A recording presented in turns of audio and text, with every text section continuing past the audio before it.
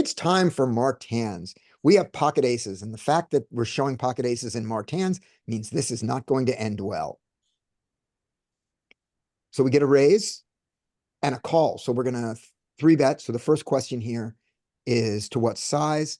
And I am always going to do as my baseline 9, 12, 13 and a half is a standard. And the fact that this is an anonymous site means that I can choose to scale my aces down to about 12 if I want to, or I can go up because they're aces. I do 12. I get called in only one place. That's perfect. He checks.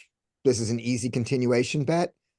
This board is a missing me board. So with that, I think that I can bet larger on this board. It's also disconnected and he has nothing, so I can bet smaller. I go for the small bet. Get called. Now, if he checks, I have to check behind. I have to check behind. I have to check behind. I don't know, because I mean, but you're whittling him only to having a 9 here then, Scotty, if you're Yeah, checking. I think, but I'm also allowing him to bluff the river. this is true, but I think you have worse hands that might prefer check. Okay. I don't know. I mean, I like, I understand. Yeah, like Dean says, they could have jacks or tens. Like, sure. Yeah, yeah, they can. Um, so I don't think it's necessarily terrible. I think you want to like choose a small sizing. B50 seems okay. Yeah. Okay, so you get king, river, and then they lead. I'm not folding, right? It's tough, right? Because they're pretty much polarized. They're either going to have it or not. They're like leading to bluff you off it, or leading because they know they likely have you beat and want to Right. get paid. The question is, they can't have ace king of clubs here. They can play ace king like this, but they can't have ace king of clubs. They can have king queen of clubs though. They can play king queen of clubs like this, and they can think that they're now best. So yeah, so do you beat value? Okay, so you can come up Beat with value. a possible king X. Yeah. Have we induced though? That's going to be a no. We three bet. Is this player capable? I'm guessing we don't know. We'll never know. The sizing here, well, it is all in, but it's only B60. Right. So it's not a massive sizing. Do I block any bluffs? I block one bluff. With the ace, the flush, but It's five of clubs kind of bluff. yeah. Did But we didn't give him rope, Larry? Yeah, we went bet. Yeah. I think it's tough to fold for this price. Yeah. Especially if you think this guy could ever like call twice with king high or something like that. It's kind of. Yep. I mean, I think I think the turn. I don't think you want to be too results oriented on your turn, because yeah, he could have had a 9, but in all honesty, like if he had a 9, he probably check raise a lot on the turn. So yeah, it's hard to give him credit for a 9. Yeah. And it also means that he had to open something like, I guess he could have like 8-9 or something like that, maybe. 9-10, maybe.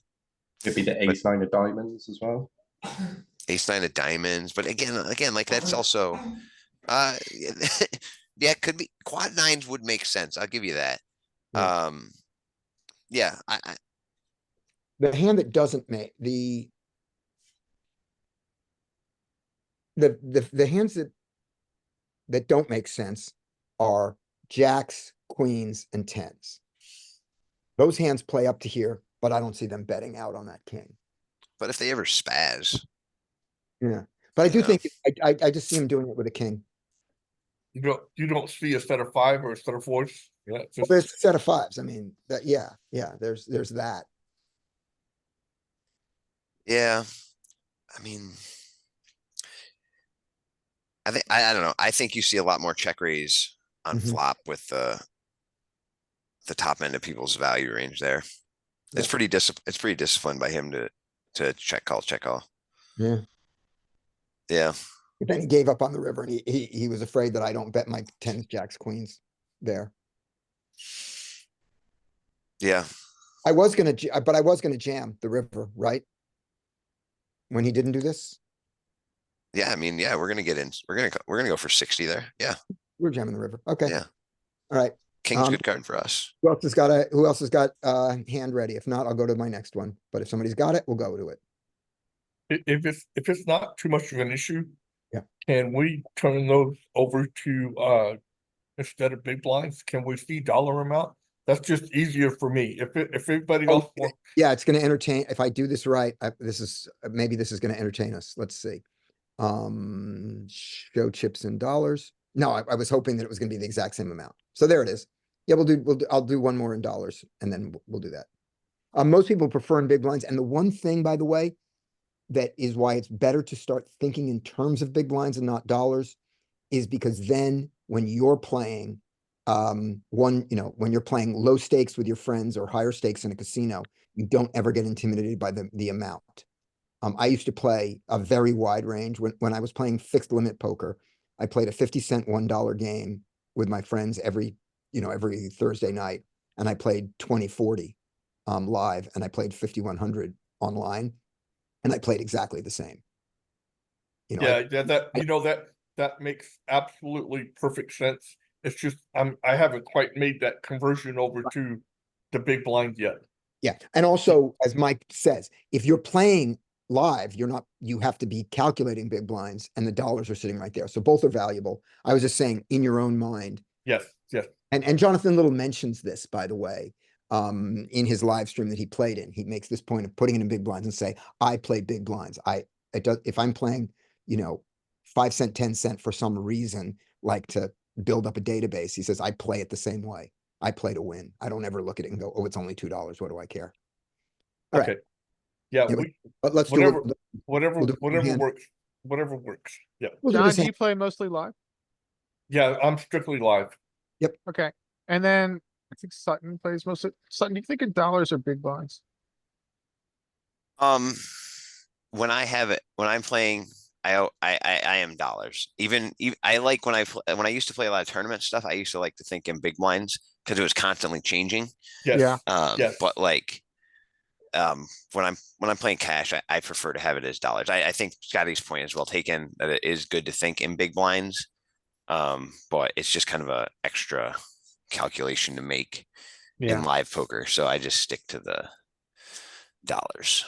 Yeah, I try not to think of them as dollars, just think of them as units. betting units. Yeah. Betting units. Leanne, you mix both live and live or just play live?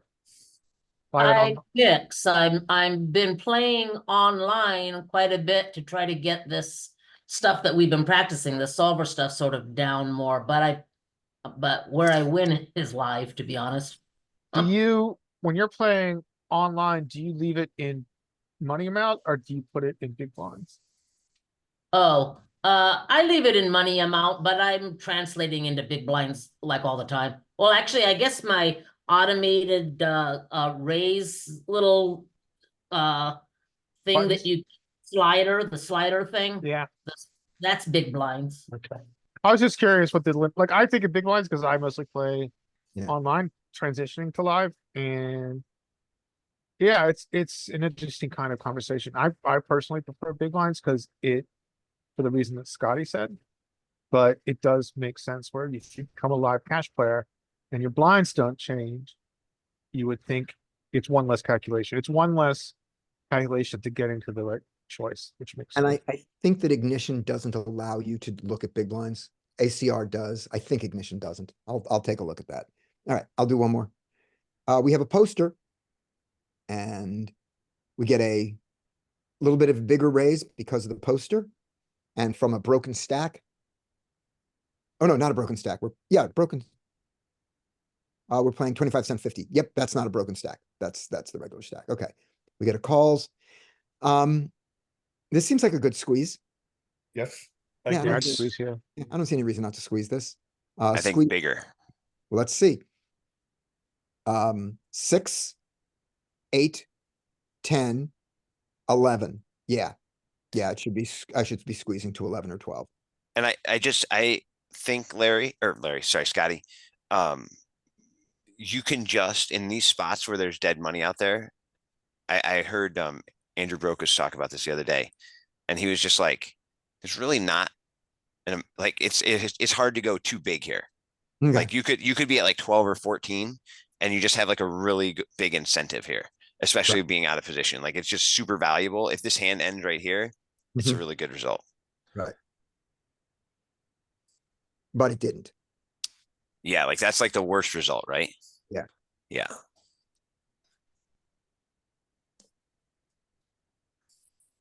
Now that we're multi-way, now that we're multi-way, I can check range even though I 3-bet. I can do that. Mhm. And this hand certainly doesn't mind checking. And if I continue, it wouldn't be the worst thing. I mean, it would be the worst thing if I get raised because I have a lot of equity to get raised off of, and none of it gets there on the turn. Plus, Yeah, you're fine if this checks through, you don't care, right? Like you're okay. check through, yeah. That's great. Yeah, that's a fine result. Oh, Great.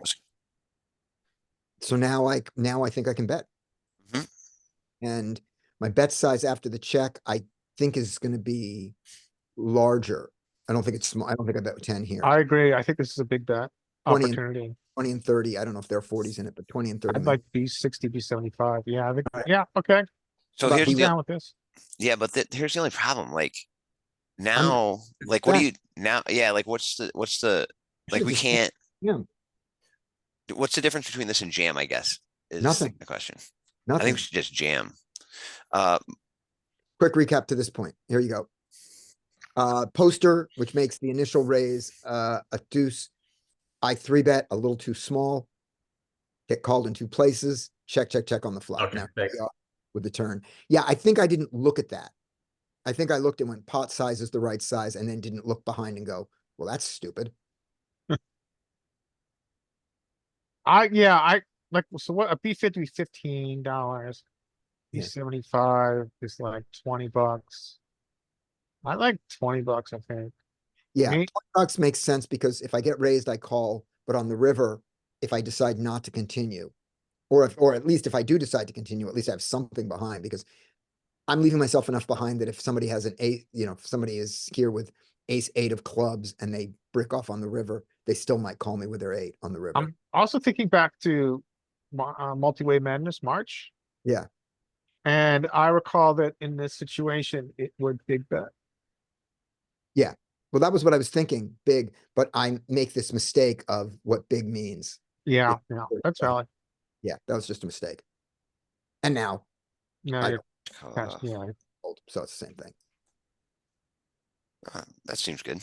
Seems like it. Oh, jeez Louise. holy fast play. That's totally unnecessary. Yeah. On rainbow board. Well, you were gonna go broke anyway. Unless he bets the flop, which he didn't, so good for him. Yep. All right, that's the order in which I went broke on that hand. All right, who's got something? I got one. All right, So I got one that I kind of broke down and you guys can tell me if my theory is flawed or does it make sense? Right. So can you see my Yep. screen? and whoever's ready to share after this, just put in the chat, say me next, so I know who to go to. Okay, so got a broken stack we're playing against here.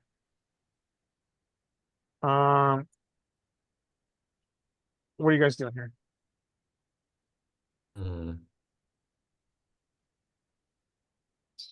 This seems like a good ISO. Yeah, I'd ISO 5. Yeah, Yeah. on my ISO here, we've got the button. I make it a little smaller because he's playing with 3 bigs. He I like calls. 5. What are you guys doing here? Checking back. Yeah. What does he do? Nothing good. I- Nothing good. Checks. Nothing good can come from betting. You have the third nut flush here. But you don't need to, but you have the I- jack. Without the jack, you have to bet. With the jack, what does betting accomplish here? Okay, how about He this, still Scotty? has no equity. If we What? bet, sorry, go ahead. You know, I don't know how to answer that question because my inclination would be to go ahead and bet out here. I've got the third nut flush and a draw to the straight. why would I want to give the villain any opportunity to improve here? Well, John, I would say like, so what would you bet, John? I mean, how much or Well, what? Yeah, like how much would you bet, John? I'd probably go maybe a little less than half pot. Okay, so if you bet half pot and the guy has, let's say, 8-9 of diamonds, like you're betting for protection, but are you getting any? If the villain has 8-9 of diamonds, I would think he's still coming along. Right. So you've bet, but you haven't gotten any protection from that particular hand that you're really worried from. Like, yeah, you got some value. So yeah, like there is like a case. So I think the kind of like the response to your question about why not bet here is like you're betting for protection, but you're not getting any, I think would be what I would respond to you. Okay. But I think that now I would say there is room to bet here. And I think if you bet small, here's what I would say, Scotty, because you go small bet here. Mhm. Say you go four bigs. And now he calls with like sevens with a diamond. And then turn's going to go check, check. He's got like a bunch of junk with a single diamond now. The river bricks off and he bets half pot. You have an easy bluff catch. If he Okay. bets small on if he bets small on river, is it Right. sets you up for a spot where you can easily be in bluff catch mode on a river and you're in position. It's one of the virtues. Yeah. If you bet here. Right. Now, so I agree. So that's one of the things it accomplishes. And before trying to list the things it doesn't accomplish, I'll go with just a very simple theory thing to say, which is when we classify our hands, we just look at this hand and we say, what is this hand? This hand is a marginally made jack with a straight draw and a backdoor flush draw. So combo draw, this is great. We love that. And Jonathan Willard has taught us that in general, when your hand has both marginally made qualities and draw qualities, marginally made is more important. So you play it like a marginally made hand. So that simple answer makes it a check back to me. And that's enough. Yeah, I mean, yeah, I think so. Right. I think that's fine. Right. And then we look at, and then if you want to look at it deeper, so you've given a very good reason of what it accomplishes. John was saying, I don't want to give him a free draw, but I'm giving him free draw to almost nothing. Meaning, I don't want to see a club coming off could give him a draw that he didn't have before. I acknowledge that. When we bet small, well, we're not going to bet small, so never mind. So a club draw gives it to him, but the alternative is to bet small, and clubs can come along for a small bet if they want to. So yeah, it gives him that. A diamond comes off, that's just good for me. So I don't care. A queen is a bad card. A queen gives him something. Yeah, that's bad. But that's it.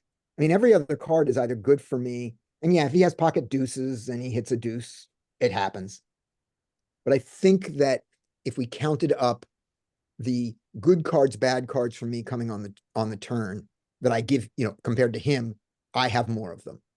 So I don't mind another card here. So you guys all have really good points about checking, and that's why I totally screwed this hand up. Okay. So I think in game, my thoughts were this is really good for our range. And I didn't take enough consideration into our hand class, which I think you guys are making a very good point about. Our hand class is marginal with really good redraws. Right. Now, before you do it, that does bring up another argument, though, that none of us said. Is this board a bet range board where we ignore our cards entirely? If this is a bet range board, then bet range. I think this card is awesome for our ISO range. Huh. But our hand class, and I also think population doesn't check raise. Okay, I don't think this is a great board for bet range against what we know his limping range to be from our mass data analysis. Okay. We're talking about 100 big blind strategies, though. This is, I don't think a lot of this applies, because if we start Oh, he's 50. Yeah. If we start betting range versus short stacks, I mean, they're just getting, we can do it against with larger stacks because we can put pressure on hands like King X and Right. whereas we're not doing that as much when we're this short. You have a very good point. Another reason why I totally screwed this hand up. All right. So, Yeah, like, Play bad.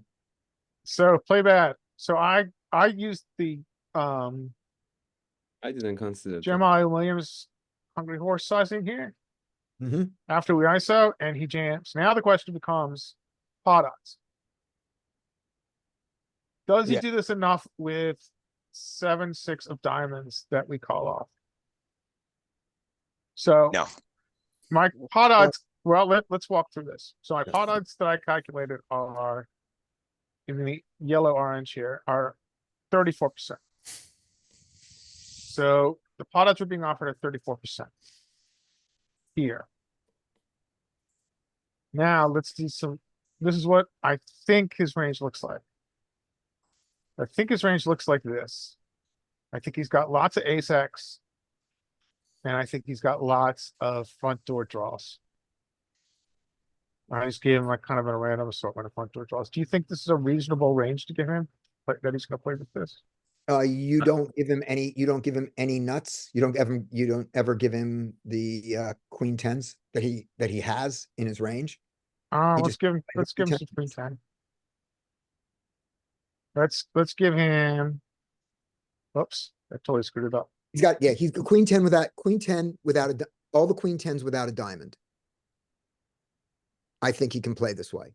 At Queen least tens without a diamond. So queen 10.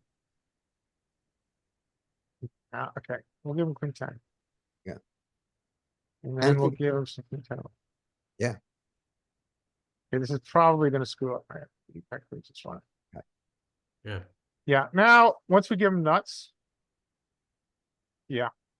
When we're still, even if we give him nuts, all combos. Mhm. Our equity is 35%. And we're still just barely beating our pot odds, right.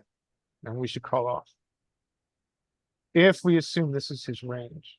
Yeah. So the question becomes, is this a reasonable range to give him? All right, let's look at these six. Let's look at these. I don't think he has this. I think you can. I think a lot of 6-3s and 7-3s didn't play and and folded. Well, these are six, like, these are just, Diamonds. flush draws. This is the one Right, combo. right. front But I door. just don't think I don't think that he had those many cards. I don't think he had all of that going to the flop. Okay, But give him the ones he does have, which he has the 8-7-7-6 ones. He has those guys. okay. He raised, Front The door guy- is diamonds. the guy who 8-7. went, even though 7-6 and 8-7, we think of as hands that 3-bet sometimes, not for people who have limping ranges. Those are right there.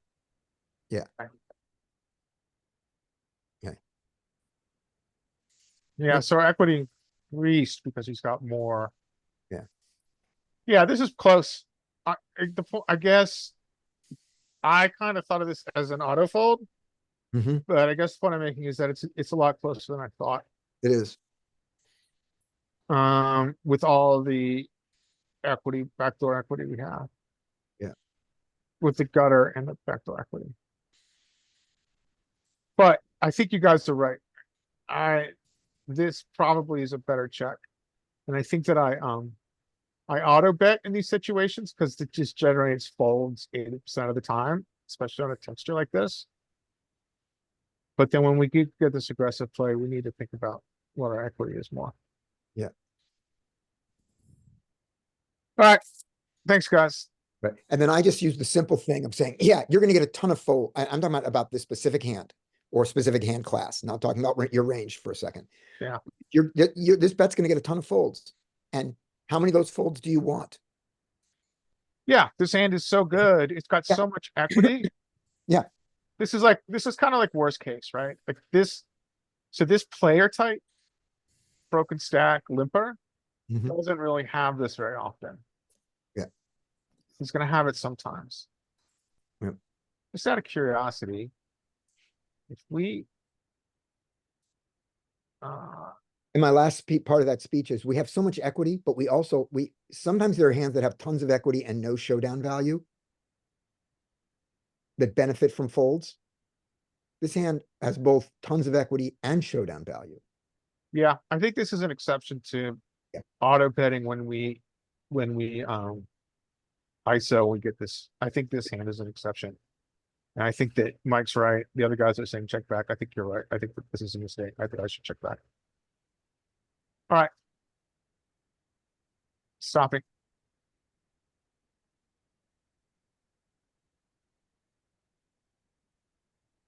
Go for it, Mike. Okay, big blind jacks. We get an ISO. There was a poster. Villain 42 there in the cutoff was a poster. Right. So the short stack limped. Or I'll reset it so we can start again. So there's a poster over there in the cutoff. Mhm. Short stack limps. ISO from a player that seems decent enough so far. And it comes to us with the jacks. Big blind. Typically, I would just flat this normally to a early position raise there. Mhm. Does the limper do anything to us? It wants us to 3-bet more often, probably. It does to me. I want to 3-bet more often. Yeah. Sutton, would you, in this situation, would you use a size that would put 38 all in? Yes, 22 or 20. Yeah, 22. I was, yeah. Yep. Can you talk about, can you talk about the reasoning? I think I've asked you this before, but can you talk about Yeah, the actually- reasoning behind that? I actually think I have a hand history that I can show that I don't know if I did it right, but it to kind of illustrate this idea is the reason I'm doing this is because if I go to 16 here and villain 38 elects to jam, villain 27 now knows that I'm essentially going to have to call, and because I cannot raise, and they're going to get to play in position in a spot where they know that I can't take aggressive action again. And so that's kind of stinks in a 3 of pot. So I want to make sure that everybody understands that we're not going to get in that situation. So I would go 22 here. Except the part that I don't understand there, Adam, is if you go 22 or 25 or 18, any of those numbers, no matter what villain 38 does, villain 27 knows you can't re-raise. If villain 38 folds, you can't re-raise. If villain 38 calls, you can't re-raise. And if villain 38 raises, you can't re-raise. Yeah. So the only way that you can maintain your ability to give villain 27 pause is to bet small enough that villain 38's jam allows you to re-raise, and that's tiny. You could. Yeah, I mean that is like I would think that's a fair thought process. Yeah. I think that's a fair thought process. If you think that villain 38 has some limp re-raise in his game, yeah. I could see that thought process working as well. Yep. And I thought about all of this in this point because I knew that if I raise, I need to leave some amount if I wanted to, be able to continue to be aggressive. That cutoff was somewhere around, I'd have to make it like 12 here. Like that's basically as big as I can make it. Yeah. That allows villain 38 to jam and still allow me to then re-jam if I wanted to. Yeah. You got to go to 11. And that seems way too small. Yeah. I think 12 would if I make it 11 if I make it 11 or 12, then I'm playing 3 ways here out of position with jacks. Yeah. Yeah, which that's not. Yeah. That's kind of why that's why I said go over it, because like I really want to kind of define ranges here. So, cause I don't want to play, like, I'm fine to pick this up. Yeah. And there's a couple big blinds and dead money out here. Like, let's just get it and be done here. Yeah. I think that's the reason for going to 22. If I could just walk my thoughts through here, and you guys feel free to slap me down. If this was me, I'm raising this guy in here. The villain 27 raise. But if I come in over the top he has to be concerned. Hey, this guy just re-raised. He has to have something. Granted, he doesn't know what I have, but if I re-raise here, I have all the aces, all the kings, and all the queens. And the ace king suited.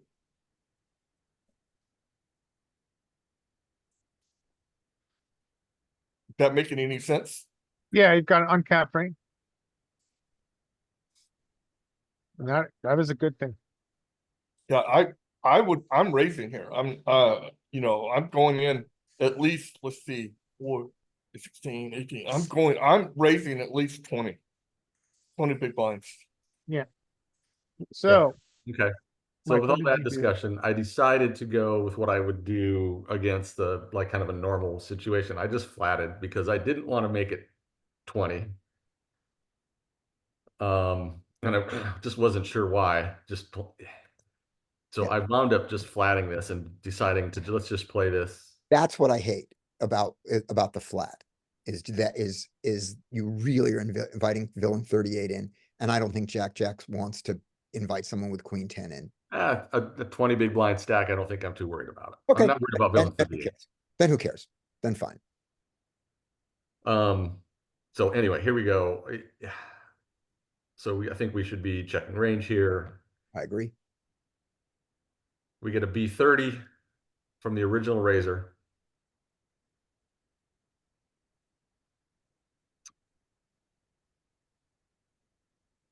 No reason to raise, right? I mean, we just call.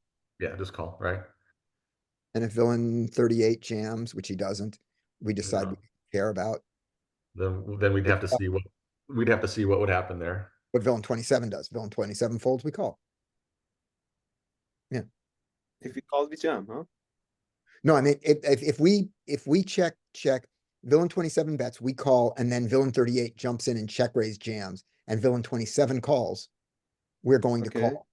We're going to call and lose 12 more big blinds when he has an 8, and we're going to win them when he has a flush draw or he has a 7.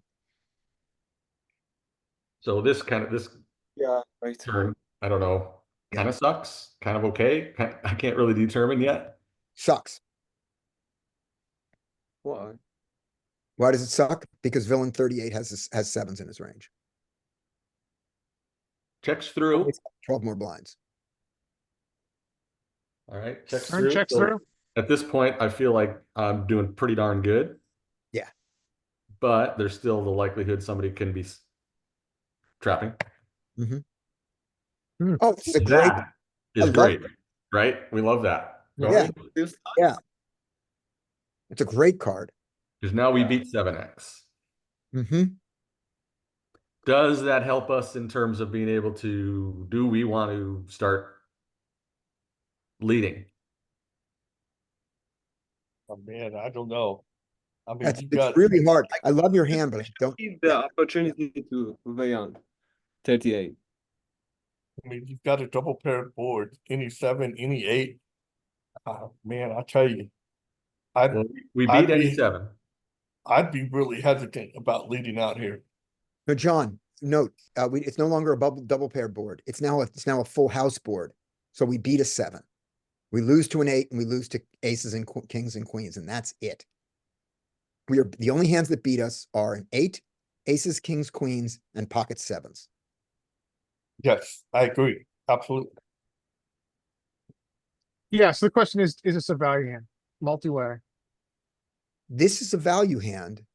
It's not, it's a thin value hand, not the thinnest of value, but it's also a board that when you say, what can they call with? They can call with anything. That's the thing. This gets into the principle that humans can't fold a boat. Yeah. Little bit. I think in this aspect, right, if you are leading, you're probably leading for about half pot to get filling 38 in. And then if filling 27 goes over you, then you start considering the folds, right? Because they have the aces, they could have the kings, they could have the queens, because we just flattered, right? Yeah, and they would check back high They can have an on that run out. I agree. I went the B33 size. Yeah, that seems great. Oh, perfect. I wonder if Oh. man. Now you can Exactly. fold. Yeah. Yes. Yeah, I folded. Yeah, I think fold's right. But then it made me think, should I have just checked around, like checked and hope for showdown? But Knew it. I Yeah. knew it. I knew that 7 was out there somewhere. I didn't think it would be something that as egregious as 10-7. Okay. Yeah, because raising in front of a limper, that should be a strong hand. But you're I mean, if beating I the limper here now, right? The only concern here in really is villain 27, To win. isn't it? Yeah. In most circumstances. Yeah, the villain 38 could have 8s, but it's villain 27 who's going to be taking more than potentially 13 big blinds off you if they Yeah. were to shove and you have a decision to make. But their range is a Yeah, I lot mean- more uncapped than yours. You're right. Yeah. and then I was thinking hypothetically, we check here. Let's say villain 38 is gonna put in his 12 big blind with his 7. Right. Villain 27, who let's just assume we don't know what he has. He has 10s, 9s. Maybe he has another 7. Does he ever re-raise? He should never re-raise you there. You lose the same amount. So likely gonna go check, check, or I mean, I'll go check, bet, call, and then I will call, I assume. Right. But if it goes check, bet, raise, Yeah. then my jacks, is it just like a easy fold or is it a shit? What do I do? It's not an easy fold, but I mean, the other fold is easier, but it's a good fold because villain 27, well, he knows that he doesn't care if villain 38 has quad 8s because he's not folding. I mean, let's say he has nothing. He's going to try to get you off of a 1/3 chop by risking you ever sandbagging the river. Yeah. So it probably would have went. Yeah. I check. Villain 38 puts it in. Villain 27 probably makes it 3x of his, probably makes it like 36 Yeah. With his hand. with his hand. Yeah, he has aces. Or he doesn't because he knows that he has to keep you, that he wants to get your money in there. And the more he raises, the less he gets your money. Yeah. Because Then we're just, yeah. Okay. because it's easy for one of you to call for a chop. It's much harder for you to call a bet and a raise for a chop. Yeah. Interesting hand. Yeah. Yeah, I I never think if you would play it any have. other way, by the way, you lose more money. If you play the flop or the turn, they play pre-flop, flop, or turn differently, you lose a ton, Yeah, that 10-7. as it turns out. 10-7, I never would have expected that. I mean, I thought a 7 would be there, but not 10-7. So John, that's because you don't see as many hands face up as we do. That's what we saw there is exact limp. That is total limper action. Open limping at 10-7 and calling when the jacks don't 3-bet. And then calling, and then did the flop check through? Oh, the flop did check through. No, the Right. flop, the original raiser. Oh, he bet. On the C Right. betting. He's The called- turn right. checked through. Yep. So he's calling his 7 and then on the turn, he thinks that he's trapping. And maybe he's afraid of an 8. I don't know why I would be afraid of an 8, but. Right. Yeah. Yeah, but we have seen a lot of this from limpers. We've looked at a lot of limped hands and if you continue, tomorrow we're gonna do, some face up hands and you'll see, you may see some limping and see. This is not a surprise. It's not good. I want to point that out. Not a surprise. Who's up? Sutton. I got one. So this hand, I think kind of the partial bet rule was on my mind Okay. in this hand. So I guess since Larry asked that question, I brought it up. So we've got Walt here, short stack, and JCV here on 125. We open the ace 6. Mhm. I'm opening any suited ace here. Yep. And we end up going 4 ways here. to Don't like- this flop. I like it. Sickness here plays 80% of hands. They check. We're out of position here with a marginal hand to two players, so I check. Great. Walt here is going to bet third pot. Mhm. His bet size is often correlated very strongly with his hand strength. So I kind of don't think this is that strong. I almost in game was thinking like 7s, 8s, like second pair kind of stuff. Right. And he bets. JCV puts in the raise here to 20. Hmm. And this guy is pretty value heavy, is my thought process here. Sure. So you're And- thinking 2 pair plus, like, So I'm thinking 2 pair plus, which is kind of hard to find the 2 pairs, but I think he calls wide enough that it's conceivable that he could have some king 6, some king 4 type of stuff. I think he could have 4s. It's tough for him to have 6s. He might even be, I guess it's conceivable that he could be an ace king kind of guy. Like his 3, I don't know what his 3-bet numbers are exactly, but not high, I don't think. Yeah. So 3-bet's 2. So yeah, it's conceivable that he could have ace king. And so it folds to me. And so I did not know exactly what to do here, but I knew that if Walt chose to jam, this pot was never going to be bigger than 30 bigs, or his bet was never going to be bigger than 30 bigs. And I knew that that would mean JCV couldn't put more money in the pot. Yeah. This is a perfect call. There's no, So that's what I did. So I called. Yeah. And then Walt went all in. great. I was like, okay, Sure. this is sweet. And now he's stuck. Yep. And we call. Yeah. So, I mean, this is kind of like the partial bet rule for JCV here. I don't think he understood. I don't think he thought far enough ahead. Exactly. yeah, I see your point. Yeah, I think you're right on track, right where Yeah. you need to be. He had to, Yeah. he had to go smaller. Like he should have either went smaller or bigger. And how much smaller did he need to go? Go back. I'm gonna go back. Let's see If here. you thought about it, it's not even that different. He's just got to leave. JCB's got to be able to raise. He goes to Same if he amount. raises- So it's 30. So you take away the 4.5, leaving him with about 23. So he's got half of 23, which is 13. yeah, he's It's got to not get. a bad re-raise. Yeah. Yes, I think like somewhere around that 13 to 16, right? That's his number. And then it makes it my life a lot Mid- harder. Now you have the nut flush draw, so maybe you call, but in that case, then he has the ability to jam on you and just say, all right, pay for it. Yeah. So, yeah, so I think that's kind of the most interesting part of this hand. Yeah. Was that happens. I call. We get the king turn. Yeah. I think actually I don't think there's any more action in this hand. It Oh, goes check, good. check. Ace river. Dry side pot here.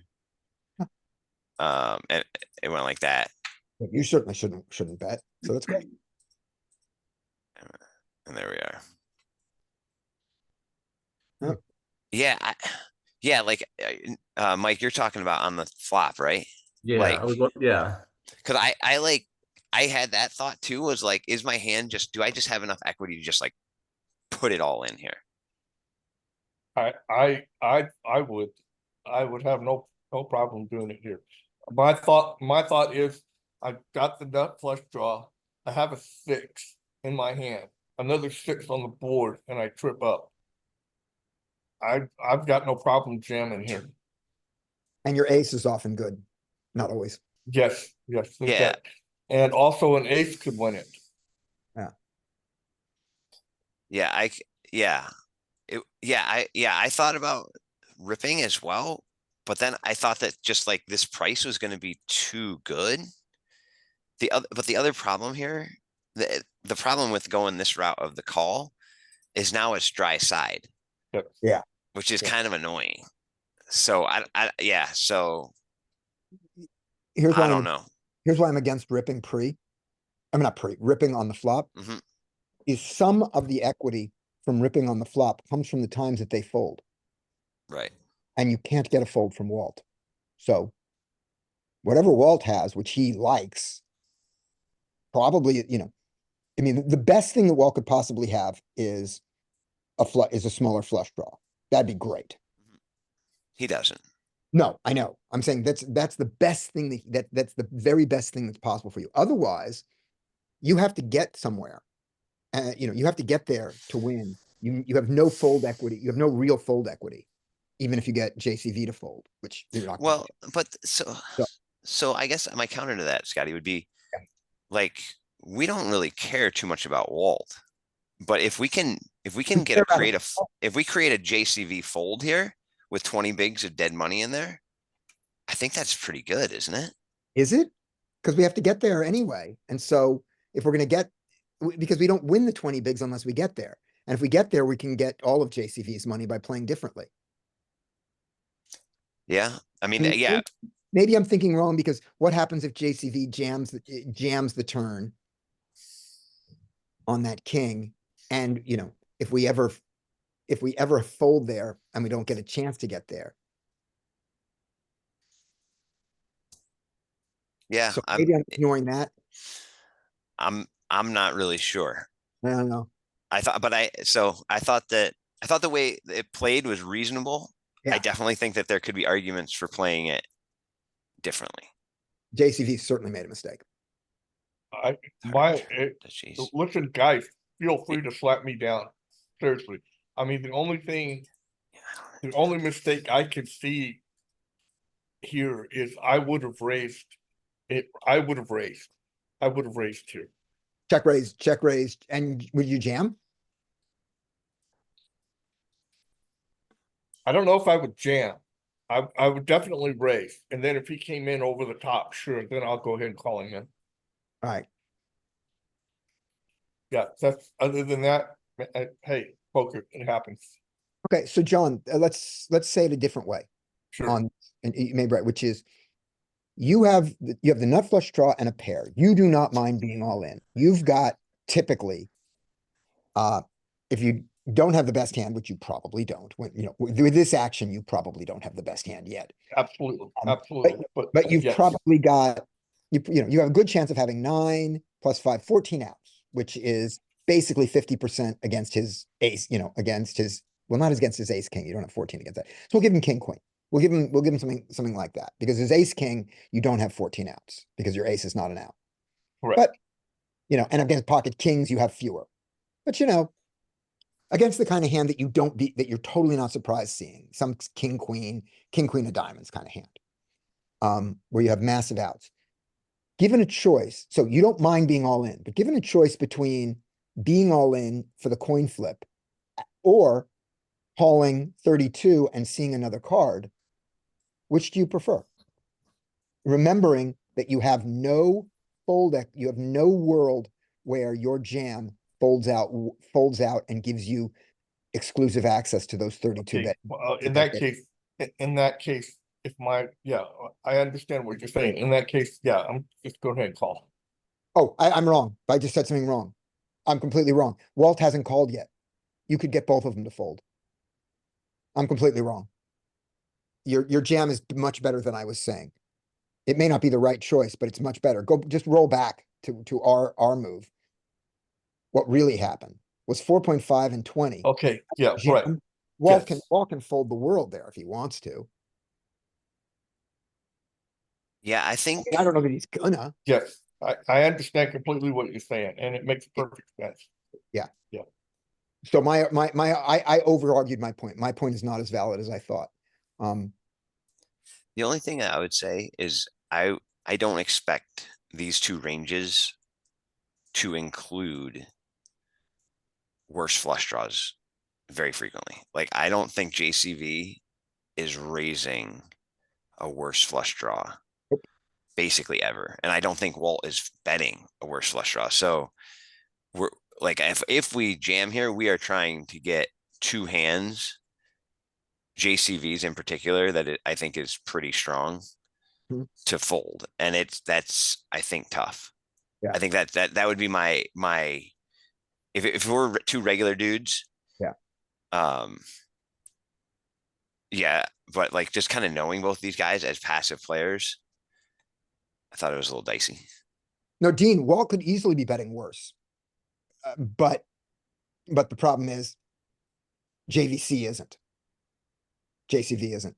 However, so with all that said, I'll tell you why your jam would have been great. If you jam, JCV never folds here, and you win the side pot from JCV on the river. You Yeah. get Yeah. Yeah. I mean, Which is yeah, really- there's a lot of equity here. Yeah. For But, us. but it's only in this very rare case, you need that turn for that river. Yeah. Yeah. Yeah. I mean, but that's the peril of the bottom two pair. Yeah. But I think I think your play makes sense. All right. So there you go. I thought that was kind of an interesting, bet sizing rule, partial bet rule situation. All right. Anybody got one? Other than me and Adam and Mike? Oh, yeah. Oh, Okay, yeah. go Mike. Oh, wait, you did one. You did two already, right, Mike? Yeah, nobody else? Anybody else other than Adam? Yes. Does anybody have one other than Adam, Mike, and me? If not, I'm gonna take over. I'll do two and then we'll get back to you guys. All right, here we go. These were the jacks that was our jack experience there. We did this one already. Yep. Yeah. We did aces, then we did king, queen. Yeah, okay. So here we go. Next one. Oh, going wrong direction. What the heck? Excuse me. Maybe I got aces twice. I did. Aces, king. Let's go from the bottom. We started with aces. So we're there. King, queen. Okay. We got aces again. Here we go. Aces in the big blind. That's kind of nice. Limp, raise, call. Oh, this is great. Size.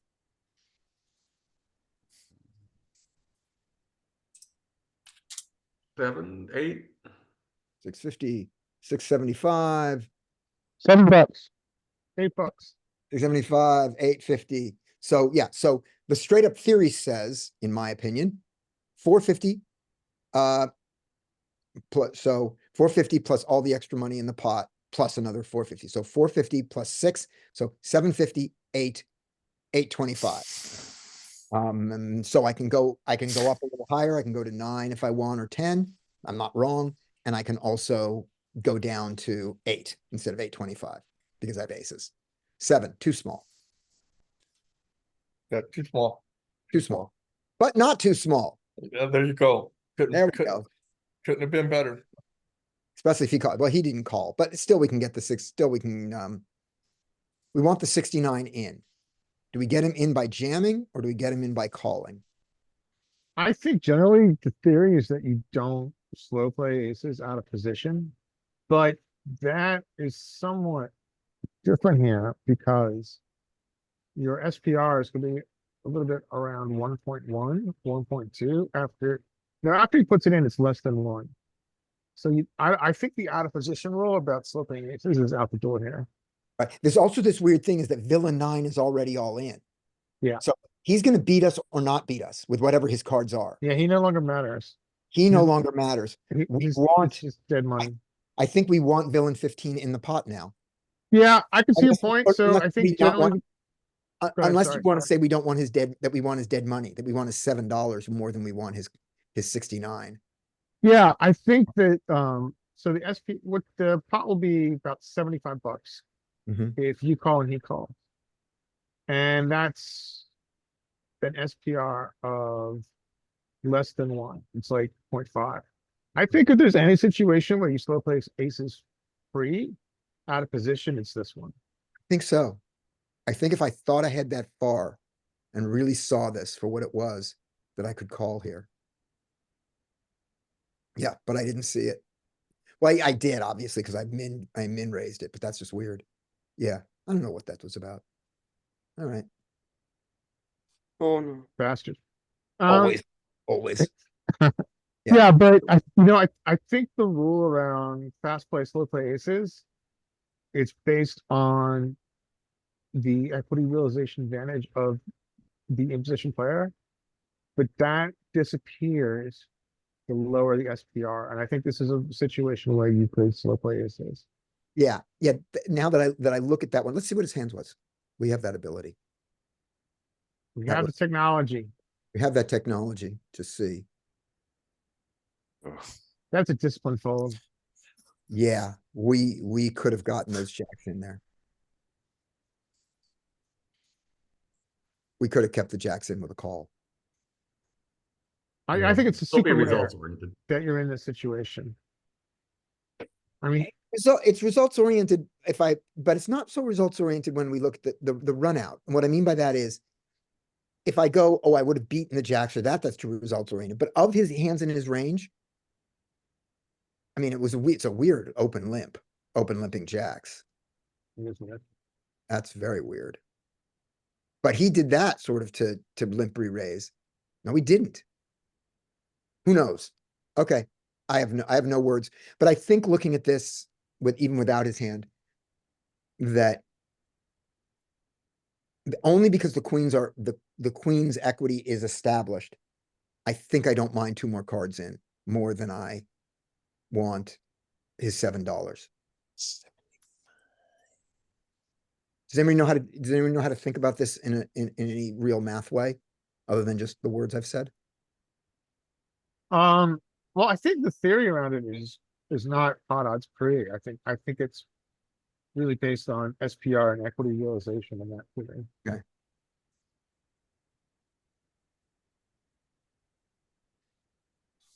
We give him access. I mean, you can quantify equity realization, but I don't. Yeah. I don't have that off the top of my head. Pot's $55 now. When we call, we give him for $17. We give him access to what's going to be $60. And so it's what does his range have against aces there, his individual range? Because it doesn't matter what this guy's range He's is. got 30%. And he is overpaying. He is overpaying here with any hand. Because the best hand he can have here against me is 6-7 suited. Is it just 6-7 suited or is it like 8-9 suited? 7-8. Yeah, all the hands of that class. Yeah, all of that class. Yeah. I think 8-9 doesn't make it in there because when 8-9 makes 10 jack queen, sometimes there's a king that gives me an ace, Okay. but it never happens with So 6-7. That's like the shorthand for the best hand against aces. 6-7, 6-7, 5-6, and 6-5 and 5-4 all make it into there. And none of them have 30% none of them have 30% equity against aces. So I think this is one of the freak cases where you can slow play aces pre. even though he's left me room to re-raise. Yeah. I mean, now, our initial gut is to go take the hand heads up, but this is a unique situation. the unique situation. And if villain 16 is in there, if there's 2 players behind, then I definitely want to re-raise because I don't want to invite 2 players in Yes. under any circumstances. Yes, No, okay. I don't think I'd want to take it 4 ways, but I think, yeah, in this situation. you Okay. can, so. That's just that's a weird thing. All right, here, I'll do one more hand and then get ready. I think it's Mike next. Mike, you're next. Unless if anybody else has hands, I've got a hand. jump in. Okay, Larry's next. Oh, you've already seen this one. Stop looking. Close. Don't look at me. Don't look at me. Okay. Oh, look at me. So Blue raise, ribbon. Sorry. we can king queen. Wait a minute. King queen offsuit. To this early. This should be a fold. Oh no, this is the button. I can probably call this. Let me see. I don't even know this range. Button versus pre. I just don't even. know the range. 3 bet's good. 3 bet's good there. Is that a Mixes, right? let's see. Cash. Hey, detail cash. If it came from the low jack, I think you're definitely good to 3 bet there. Right. That's one before the low jack though. That's what I was saying. It's this position here. So he raises. I don't even know this range. Button, king, queen off. Yeah, I've got some. I'm mixing it from the low jack. We're going to be the pre-flop police again. Yeah. From the low jack, it's it's required. Okay, so I can do this. I have a, and I have a spade, so I should do this. Yeah, I'm doing it the right frequency. Neither's a broken stack, everything's good. Well, that's great. And I even have the queen of spades. He checks. I should bet. I can bet small here. I can bet anywhere from 3 to 4.5 seems fine. Don't need anything more than that. 3.5. He raises. Uh-oh. Uh-oh. I have the queen of spades, so I don't Yeah, fold. we'd call one for sure. Yeah, I certainly call this. 7. Hey. That's great.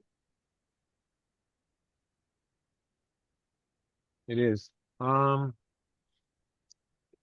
it becomes interesting. Blocking is a very common card in his flush draw bluffs. Yeah.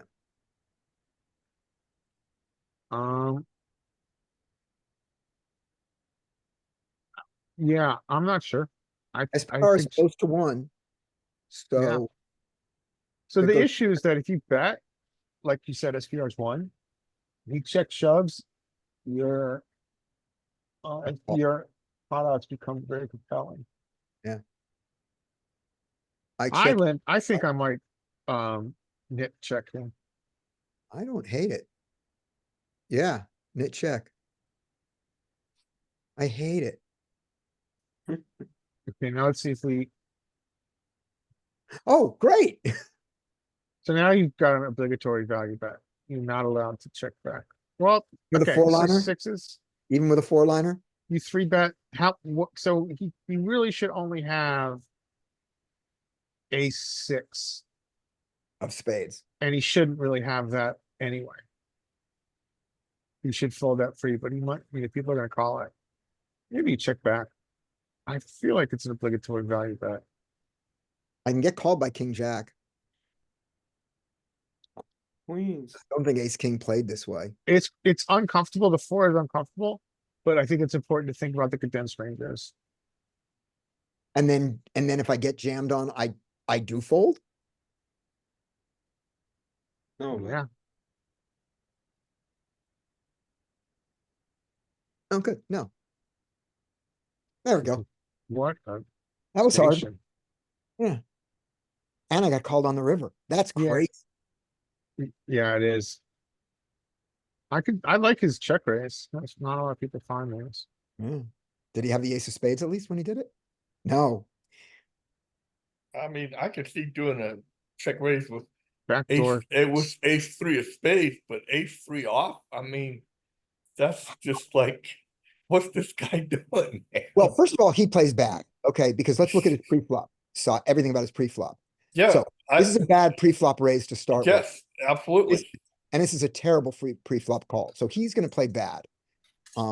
We don't know that he plays bad yet because he's not done anything bad yet. I mean, it's interesting too, because the check raise also has the kind of side benefit of freezing in position player here. Yep. So he gets to see a free turn Mhm. with his over and his backdoor wheel. Which I think humans do a lot. Yeah. So there is this fringe benefit. Not everybody's going to check back turn, but yeah, I could see John where this seems to be totally bad. But I think there's room for this is a stretch, no question, it's a stretch, especially with the king on board against the 3-better. Yeah. But I don't hate it. So if I put you in villain 9's shoes and I said you have to join the hand here, and you go, how did I get here? You go, you're here. I think that he has I think that because he has this ace-3, that means he also has ace of spades, 3 of diamonds. Same guy has it. Yeah, I mean, no think question, this this is a horrible play for you, but But I think this is I think with the ace of spades, this is a good check raise. And I think with the one he has, I don't think it's good, but it's certainly, it's ambitious. it's ambitious. It is bad, but deserving of a kind of respect. Yes. That's what it is. There should- is. There Yeah. is also there, I know this isn't the scenario that we are looking at, but there is also, like, I think you might see this in kind of like button versus big blind and single raise pots, where having that bottom pair has a nice advantage of blocking sets. And Yeah, so that's a then, good point. and then you can use it in that sense. Like, I don't think that applies here No. because we don't really, as the three better on the button, we aren't gonna have threes and fives. But Right. in a different configuration, it's something for folks to kind of think about. Those are my two hands. All right. But I could also see backdoor heart draw here that would have checked turn as a give up. Conceivably. Yeah, ace three, give him the ace three of hearts. But I mean, make the board, it's gotta be completely different. Board's gotta be king five, the five of hearts with the three of spades and give him the ace three of hearts. So, you know, give him bottom pair with that form of backdoor. That's another version of this that is a better check raise, I think. All right. I will.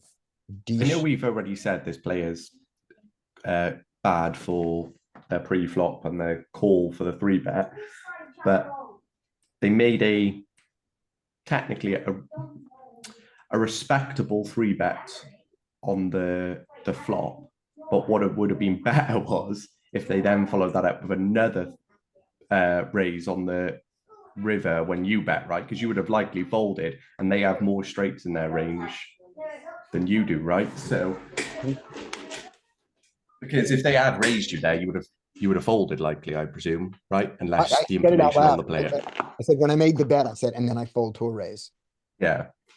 So they could have, I don't know why they called, they either fold or raise there, but I know they called because they're a bad player based on obviously their actions. Yes. But really their only options there should be to fold or go for another stab with a raise, right? To try and get you off Yeah, it. that's a really bad call. And then Shy put into the chat, let's just make sure that this gets answered. Shy says, do I not value bet my king on the turn to get paid by flush draws and middle pocket pairs? I considered it a lot. And there's some other, Adam says the villain shouldn't really have marginal pocket pairs that check raise the flop. Shy says, what about a pair with a backdoor draw, pair and an overcard, those kind of things. On the flush draw point, we could get some value, yes, but it's kind of curious that they didn't continue flush draws once they check. And we really had getting raised if we bet turn. So that last thing that Andy said, Adam, I keep saying Andy, the last thing that Adam said was a lot of my thought process. When I had the king, I said, I have the best hand here a lot when you don't continue. But I hate getting checked, you know, I hate giving you the opportunity to check raise me again. And my calling on the river is really easy. I unblock your ability to bluff. So when you bluff with your check raise on the flop, I guarantee you fold it on the turn. So I give myself some more risk for the exchange of giving you some more rope, but also I protect myself a little bit from, you know, when you do have from your better king that bets the river that I call, but is now the pot isn't big enough to jam. Is that the best way to play it? I don't know. So, but that's how I played it, and those were the things I thought at the time. And now we're caught up with the comments. All right, so this is a interesting hand. This player 5196 is a mark. We've got him marked as a blue maniac. We've got tens. Open button are marked flats. What are you guys doing here? 15. 14.6. Same Oh, difference. their sizing is atrocious. I like to throw in these kind of weird sizes. I think the term is dirty sizes in live poker or online. Yeah. Just to make things more confusing, it doesn't really make a difference there. And we get two calls. And we got a dream flop. Yay. Except for Queen Jack. So then our mark does this. What are you guys doing here? What would you do if you checked? I bet a third. Been better for. So this is one thing I haven't actually studied much is when they just lead with a random small blind. You generally just treat it as a check, is it? Yep. Okay. I think that's the theory, is that this is inconsequential, so just ignore it. Yeah. So I didn't bet a third, my hand is so good, I decided to go 20%. So I sized down because I want calls. And I sized down because it's multi-way. Mhm. So I went like a little bit more than 20%. Yeah. Do you think, Also- do you think their calls are going to be inelastic though? Like what they do call you, if you make it say 15 instead of 9, are they Yeah. going to fold their Jack 10, their King Jack, their King Queen anyway? If not, make it 15. Yeah, I see you have a good point. The other argument though is that if we get 2 calls, the pot goes really quickly. So our SPR very quickly gets to an easy shove on river. Obviously this is a good enough hand. Even though Queen Jack gets there, it's a good enough hand to play for stacks. I would Um, like, But I the- see your point, Mike, that against inelastic opponents, we can bet better. all right, I have a question for you now. On the turn, so you're gonna get 2 calls in my scenario. And on the turn, I'm gonna give you a choice of cards that you can have. You are not allowed to have a 10, a 9, or a king on the turn. You may have a deuce or an ace. Which do you prefer? Question. I think I'll take the ace because I would like we the ace. stack 2 pair. I would like the ace. Yeah, me too. Okay, Yeah, we stack 2 pair. Yep. ahead. So we ignore this. I think this is generally the accepted way to do this. I think you've got a very good argument about inelastic sizing. We could even make this a 2-street game. Sometimes if we went 15, we get 2 calls. But I chose in a kind of an exploitatively low sizing. You were desperately trying to get, Oh, 13 man. in. Yeah. Unreal. Speaking You of got the ace, ace, you got the ace you wanted. Yeah, the reason I say that is I remember this hand. I was watching him play. 5196. You're 5196, aren't you? Yeah, I bet one big blind on that. So then we're gonna check what size you guys are gonna use here. I don't remember what it in game. You've got an SPR of essentially 1. Well, it is 1. 30. Just jam. I'm Really? jamming. I would jam it. Yeah, they're gonna call you with their 2 pairs, and if and any flush that folds is fine for it to fold.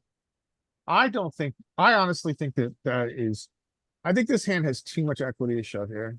Okay, I mean, there definitely is a portion of our range, like top 2, maybe like ace queen, maybe like ace 10, I think would be a really good shove. But I honestly think this is too good a hand. okay. But I'm open to what you guys are saying because I may be overvaluing my middle set here, but Larry, especially multi-way. I think one thing to think about here is this to me represents the 15 over the 9 is because if we made it 15 here, or even if we were at 12, Mhm. like it would just be easy. It would be less than a pot size bet. And Yeah, we could just put it in. And then you wouldn't feel like we would have manipulated it to be a 2-street game a little bit Yeah. better. I see your point. I'm making it like 12 here and these are 15 and these guys are kind of more pot committed. Because the pot's gonna be, if we had just made it 12, that would be 6 bigs more, right? Mhm, So it'd be mhm. 76 and we'd be on 73, you know? Yeah, I see your It point. just, I think that might just be the thing. In the I see your spot. point. The way I look at this hand is that there is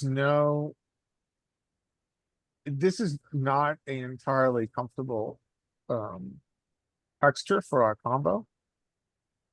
But I just want to milk. I just want to exploitatively milk. Okay.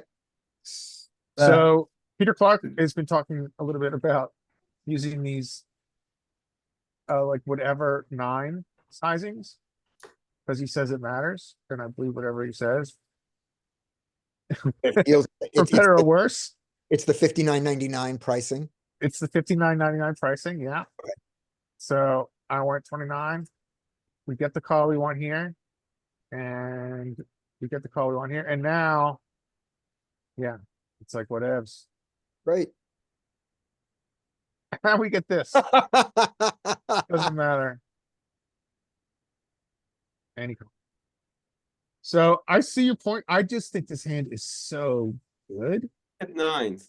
that we want to just, we're not gonna see it on this site, unfortunately. We don't get to see losing hands on this site. Good. I just think this hand is so good. We just really want to keep their range wide. I mean, is the so there is another argument for fast playing. I think you're more a proponent of fast playing than I am. And I am open to the conversation about why. And I think the argument for fast playing is that if villain 1343 here has king, well, he's gonna call that. Let's say he has king 7 of clubs. Or if he has queen 8 of clubs. And we shove, he's not folding his gutter and his flush draw. On turn. So I'm gonna mansplain what Dean said because Dean said it in the chat, which is if you jam this on the turn, you have the possibility of getting all of player 1343's money and not just that. Yeah. Many of the hands you just said call the turn and do fold the river. Yeah, I mean, he's got 9, 8 of clubs here. He's got Yeah. 8, 7 of clubs. Right. And those hands, one, if they fold, by Andy, by Adam. If those hands fold, they're folding out real equity, which is fine. And if they call, you get all their money. And here you only get half their money. I think there's an argument for fast playing, and that's why I'm asking the question, because I don't usually fast play, and maybe it's something I should add to my arsenal. So the fast play is, so Mike, you would fast play this. You would go, it's not really even fast play. You would go B33 on here, on flop. On flop, yes, I would. And then would you shove turn? Assuming you had both players in still, yeah, I would, and your pot would be, you'd be 70 into like an 80 type. Yeah. Now, do you envisage that turn shove as protection or getting value from all the draws that are going to feel compelled to call? Value from worse hands and draws. Okay. All right. I'm open to it. I think you guys have really good points, and I am not one to fast play this, and maybe I should start trying. Yeah. The other thing is, I think that player 196 gave you a gift on that river, because I can't think of anything that bets one big blind and should be calling you. Yeah, he's smart. Yeah. So you might not have even gotten all of his money that way, because even with his mark nature, he could have been a middle mark where you could have gotten all of his money on the turn also, and on, and not gotten it on the river. I mean, So- I'm gonna be honest with you guys about Ignition. Like, I love that you play on Ignition because I really learn a lot from looking at the hands up card history. But I'll tell you what, it's hard to be 30% rate back and be able to take notes on someone like 5196 and then bum hunt them, right? Yeah. On global, there's no convoluted weird seeding process. You can find, You can sit anywhere you damn well please. Yeah. So you can just bum hunt with your notes visible all day. right. So anyway, Advantage too. I mean, the reason I'm doing Ignition is specifically for the study of it. Specifically, yeah, and I love that you guys play on Ignition I wouldn't- because I we get wouldn't to see it. all right. Anybody else got a hand other than us? If otherwise, the next one is going to be Mike. No, I'm gonna have to head out. Oh, you're heading out. Okay. All right. Mike, thanks for are you gonna be around tomorrow for this Yes, session? yeah, I'll see you guys tomorrow. All right, talk to you tomorrow. All right. I'll put up a couple hands here and then somebody else prep, let me go to Zoom, share, go to database here, close this. I really like showing hands like that because you guys are totally right about the advantages of fast playing there. And it's something I really need to start using. Oh, hold on. I know what I did wrong. That, there it is. There's Poker Tracker. All right. Here, I'll just put up all these. Doesn't mean we're gonna get to them, but just so they're ready. Are these just marked hands? These are marked hands. These are all, stop looking. Don't look at me. Don't look at me. Okay, here we go. Yep, What these are- does anybody think of a particular movie when he says don't look at me? Or am I just the only weirdo that's old enough to remember this movie? I don't know which movie I'm doing. I just know the reference. What movie am I doing? She wore blue velvet. Oh, that's what it's from. Okay. Don't look at me. Pass I'm- blue ribbon. Right. What I believe I'm doing there is I'm doing every stand-up who has done that as a standard. It's like, if you've ever seen, I gotta put on my camera for this, and then we'll go back to poker. Zoom. I think we're getting old enough that like the younger people on this call have never seen blue velvet. It's just too Right. old. Okay. But we're old then, right? Okay, here we go. Yeah, we're the old ones. Video. So there, 1986. so Jack Nicholson was one of the most common impressions done by stand-ups, and especially hack stand-ups. And very often what you see them do is they put their hand here and pull back their hair and then do their Jack Nicholson impression, right? And then there was a guy, a real stand-up, who looks like me, completely bald, who did that at one point and was asked, why are you doing this? And he goes, oh, I thought Jack Nicholson did that. It's like, no, every stand-up you saw doing an impression of Jack Nicholson did that to get the face, not Jack Nicholson. So that's my blue velvet. All So right. he was doing the impression of the impression. You're doing impression, and many, many people do that. It's actually easier. It's actually easier to learn the impression of an impression than the original. It's not better. And that's because they've already distilled the most prominent features of it for you. It is also the hackiest way to do it. But poker, ace 10 suited here. All right. Raise, ace 10 suited. I can 3-bet this. This is a perfectly reasonable 3-bet in this position. I just know this one. I don't have to look that up. That's fine. This is not a thing in GTO. He has no calls there. He has only raises and folds. But this is a thing that we see in real life, which should bring villain 12 in for at least a call. But he folds. I'd be interested to see what hand that is at the end. And here we are. So here's one where if you gave me the ace jack of clubs, or even the ace 6 of clubs, you could say I can check back because it has some showdown and the draw. But here with only the draw to it, I think this is a good bet. And I should bet small, I think. Anybody disagree? I agree. Double. I agree. Okay, good. We get a call, good. Now, has this turned into a premium hand that I should continue to bet or a marginal hand? I think this has turned marginal. I think Hungry Horse talks about checking here a lot, I think I should check here. and you have a very easy bluff catcher, and Yeah. sometimes people are compelled to bluff at the bottom of the range, which Big Blind does have here a lot. I think my life is so, I may make some more money on this particular set of cards if I bet here, but I think my life is easier and better. I think I should check back. Let's see what I do. Yes, I play like me. Not a great card. Oh, he checks. Okay, so now's the only question. We've now counterfeited our ace. So if we bet, we are targeting a queen. Is that enough of a target range? Oh, your ace is counterfeited because kicker doesn't.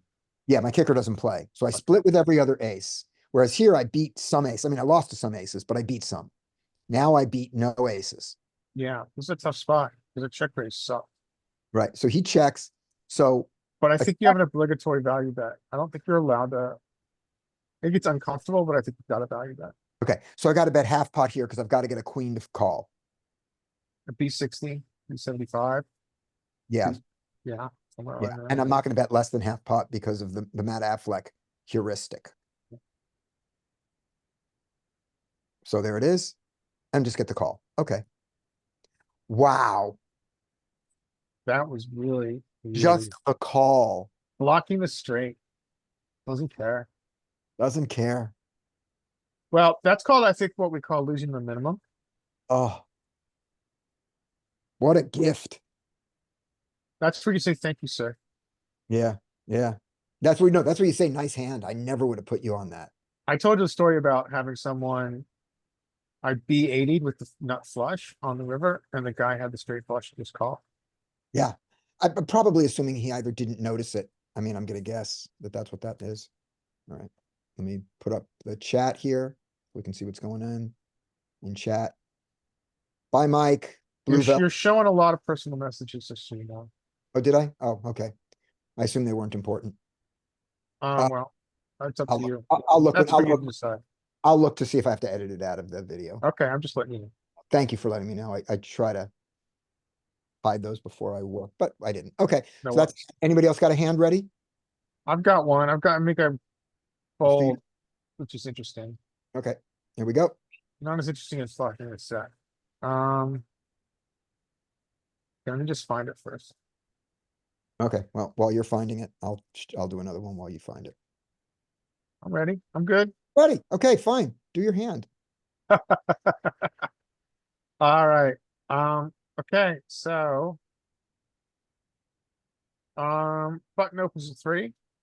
We're deep, by the way. 200 big blinds. You're 200 big lines deep. We get a very interesting flop. Mm-hmm.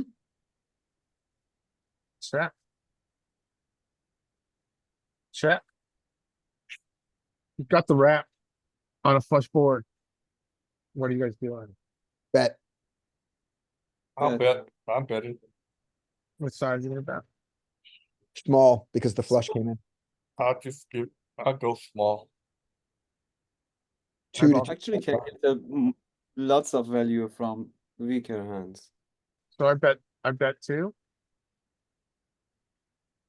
He goes to 6, he 3x's it. That's What are you guys bad. doing here? Crying. So the one thing here is that he is the only person with ace king or blocking it, right? So I think what's really important here is that who has the ace king advantage? In theory, he has all the ace kings. All the unsuited and all suited, you know, blocking, which removes 4. But I think we still call. Yeah, you can never, well, we start with the fact you can never re-raise it. Yes. That. So it's only, so you now have a bluff catcher. So in theory, ace king, the only possessor of ace king is in the driving seat here. Yes, But we're not allowed to fold this, I think, to this size. right. Not yet. Call, repeat queen. Wow. What are you guys doing?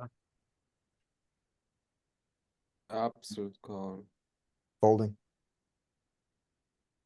I know this is an interesting hand because we've got a call and a fold. It's a terrible, yeah, it's miserable. I'm folding. Yeah, we're in kind of a miserable spot here. Oh, really? Fish cake is folding, I'm calling. got some calls. I Yeah. would call, but I'm gonna hate it. Unknown fish cakes. I would call optimistic, yeah. So before you go on, here's my argument, and it's wrong, but this is my argument.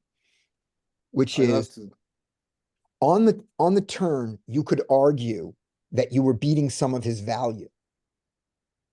Yes. If he has, you know, if he has queen jack or queen 10, you know, suited, you're beating that right now. And if for some reason, I don't know how, you know, that he played pocket queens like this, which is weird, you were still beating it. On the river, all the value that you were beating, because you were already losing to the flushes and the ace king. Right.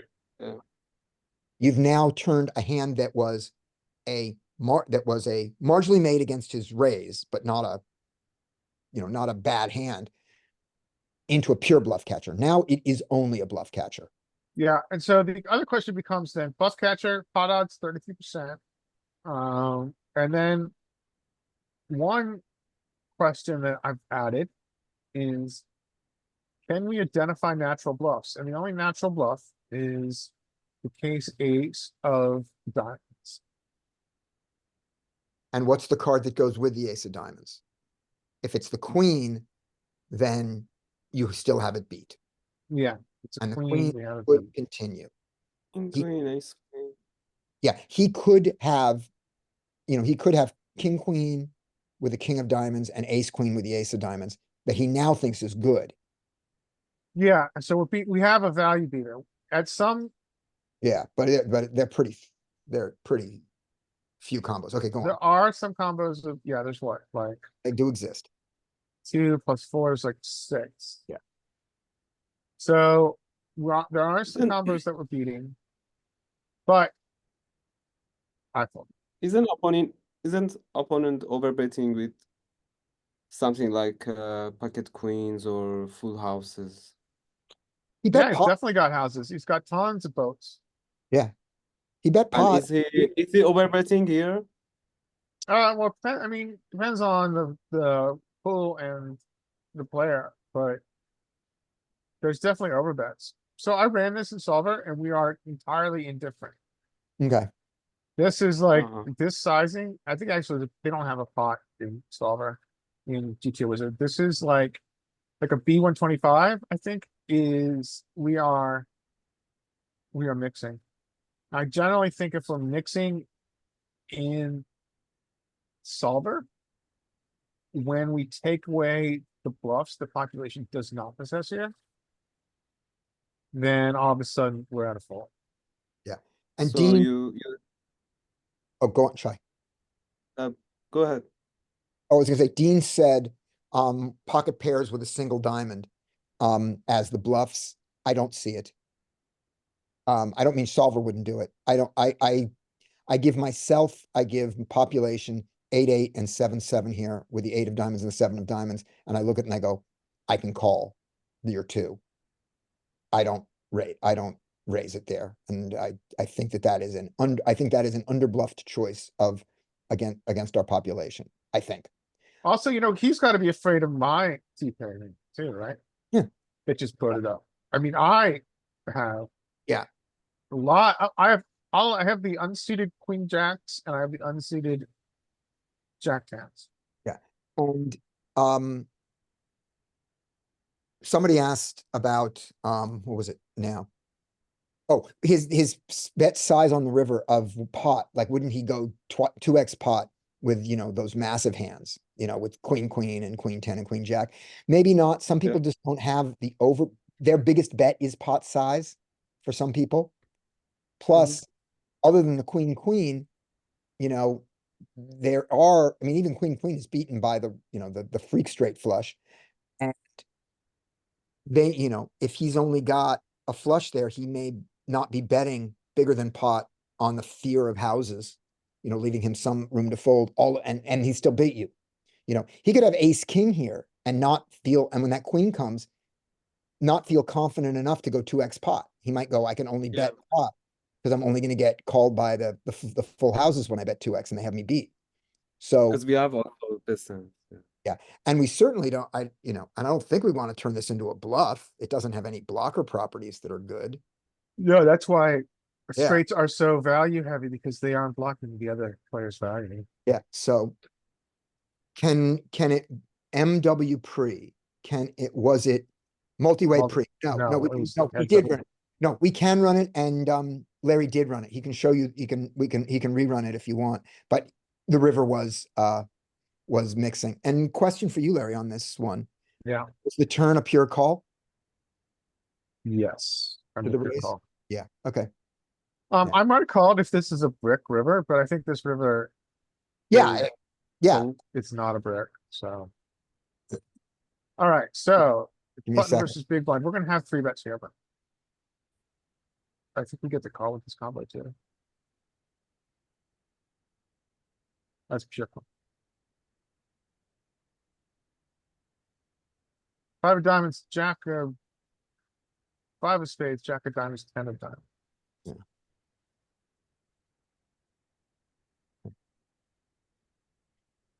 And while you're doing this, I want to answer one question from earlier, and then I'm gonna go, and you guys can continue or not continue, whatever you want to do. It's 12:45 now, so, you know, we've gone our full length, but whatever you guys choose. Shy asked earlier with our straight why we didn't bet larger on the flop. And what it is it's a heuristic that gets violated, but it's something that we have in our mind. This is usually true. When equity completes, whether you have it or you don't, your bet size is most often small. And the reason is, when you don't have it, he can, and even so your medium value bets, when they get raised and you have to fold them, you want to have a smaller bet in there. And when you've got it, you can keep everything in of theirs because you've got it. So when the board is dynamic and the nuts are likely to change, then you can bet big.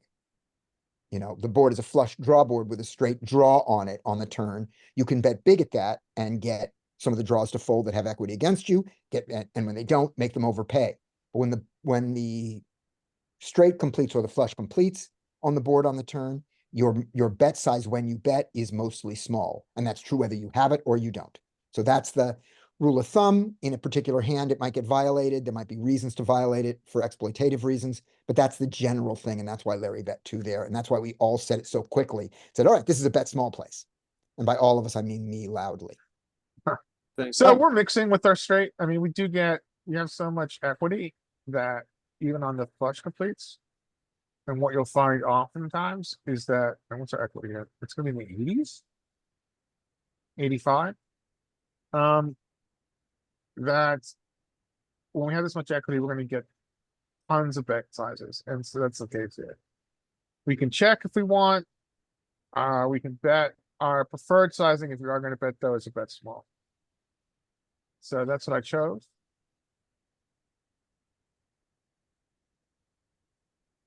We won't dive into where his bluffs come from. These can have lots.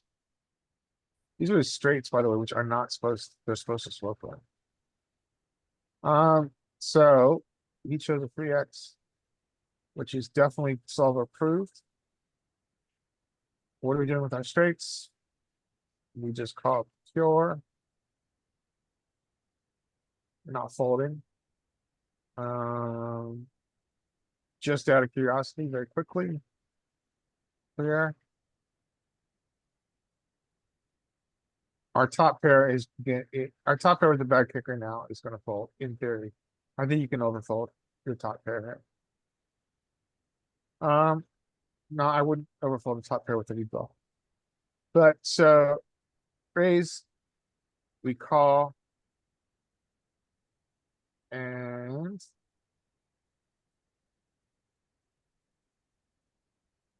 repeat queen. I don't think we're gonna have leads. You have leads. We're gonna have leads from the top of our range and our bottom. So we lead with like our shitty flush draws. And then we protect that by leading with our top boats. And then we have a lot of air that leads. This must be an equity shifting card. But I'm not finding that strategy.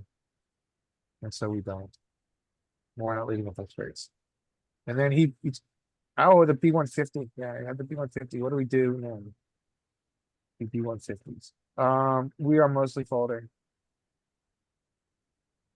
With our straight. However, if he B75s.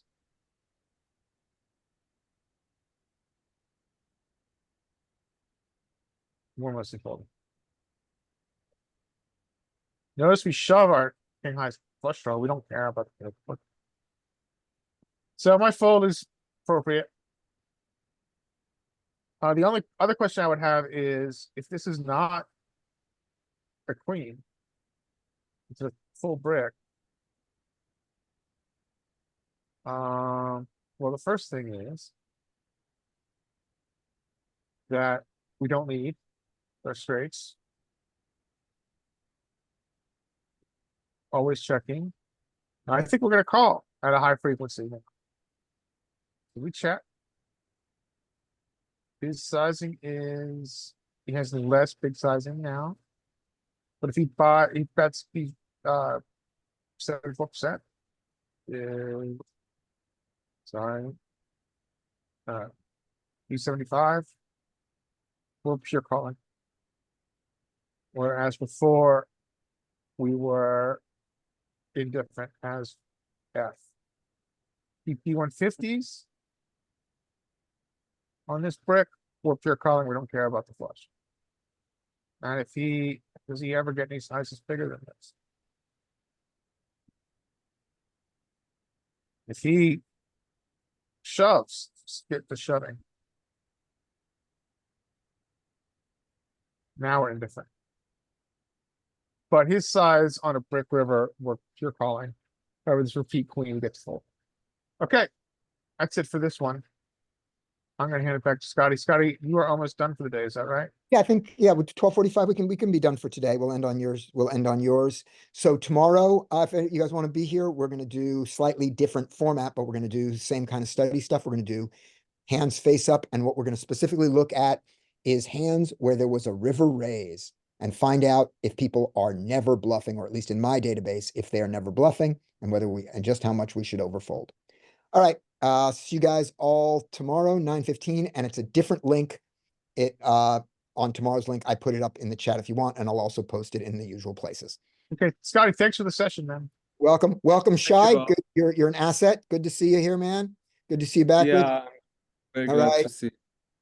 Good to see you, John. And Oh, Dean- thank you for having me.